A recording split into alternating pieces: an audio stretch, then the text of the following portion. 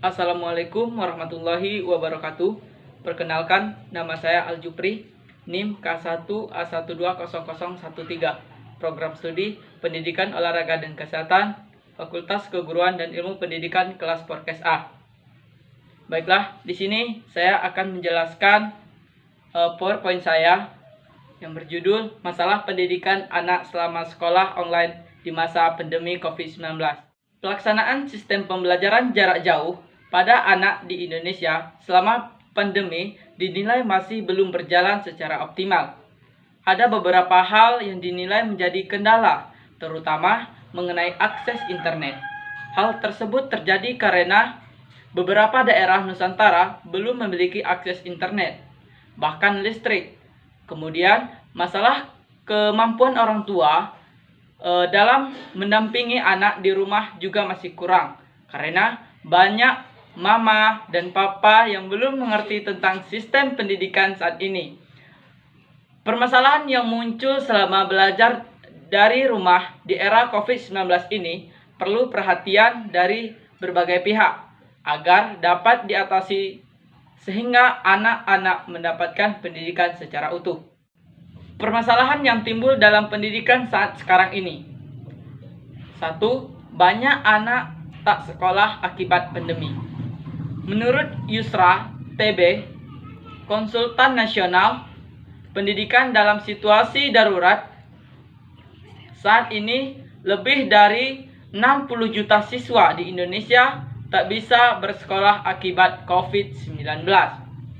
Dari jumlah tersebut, angka terbanyak berasal dari pelajar SD atau sederajat dengan total lebih dari 28 juta siswa. Disusul pelajar SMP atau sederajat dengan 13 juta siswa dan SMA atau sederajat 11 juta siswa. Berdasarkan data tersebut, masih banyak siswa yang tak bisa belajar jarak jauh. Hal ini karena beberapa daerah masih terkendala akses listrik, internet, dan pembelajaran luring. Masalah yang muncul saat proses pembelajaran dari rumah disimpulkan dari hasil jajak pendapat yang dilakukan oleh UNICEF lewat rapor 5-8 Juni 2020 dengan jumlah responden sebanyak 4.016 orang dalam rentang usia utama 14-24 tahun. Jadi sebanyak 69% anak bosan selama belajar dari rumah atau BDR dengan tantangan utama akses internet sebesar 35 derajat dan 35% dan 38 kurang pembimbing dari guru. Kemudian sebanyak 62% responden berharap dukungan utama yang diberikan adalah akses internet dan 26% lainnya dukungan dari guru. Jelas Yusra. 2. Dampak pada anak secara umum. Ada beberapa dampak yang muncul pada anak akibat proses belajar dari rumah ini, terutama pada kondisi kesehatan, di mana anak-anak berisiko terpapar COVID-19 sehingga menyebabkan sakit atau bahkan kematian. Kemudian, pada hal pendidikan, anak juga berpotensi kehilangan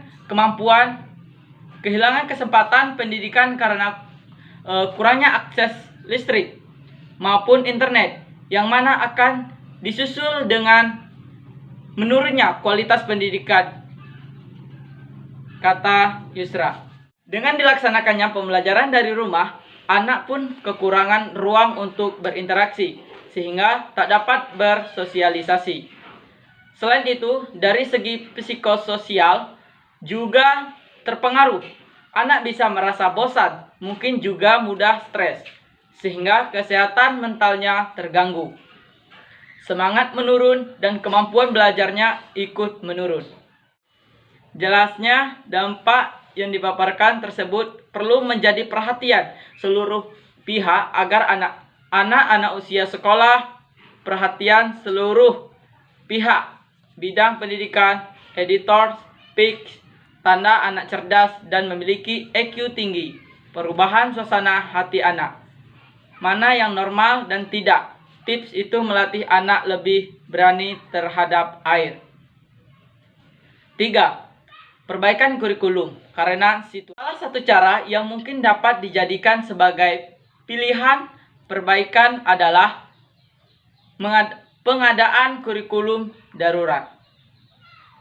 Seperti yang dikatakan oleh Fahriza Marta Tanjung, Wasjen Federasi Serikat Guru Indonesia, perlu adanya kurikulum darurat atau penyederhanaan kurikulum karena situasi di lapangan saat ini akan berbeda dari keadaan normal biasanya. Ia menambahkan, kurikulum darurat sangat penting dipersiapkan karena situasi yang serba terbatas akibat pandemi. Jadi sebaiknya pembelajaran dikelompokkan menjadi literasi, numerasi, sains, pendidikan kecakapan hidup, dan pendidikan karakter lainnya. Kemendikbud telah terbitkan SE BDR dokumen. Kemendikbud dalam menjawab permasalahan yang muncul selama proses pembelajaran dari rumah, Kemendikbud telah menerbitkan surat edaran Sekretaris Jenderal nomor 15 tahun 2020 tentang pedoman penyelenggaraan belajar dari rumah dalam masa darurat penyebaran COVID-19. Ini tentunya harus ada strategi yang dilakukan oleh guru untuk melakukan layanan sesuai kebutuhan siswanya. Kemudian ia menambahkan kurikulum akan dievaluasi terhadap penerapan pembelajaran secara jarak jauh, baik daring, luring, atau panduan daring dan luring. Hal tersebut dilakukan sesuai dengan arahan Menteri Pendidikan dan Kebudayaan Nadiem Makarim. Penyampaian PowerPoint dari saya, lebih dan kurangnya saya mohon maaf, dan saya akhiri dengan wassalamualaikum warahmatullahi wabarakatuh.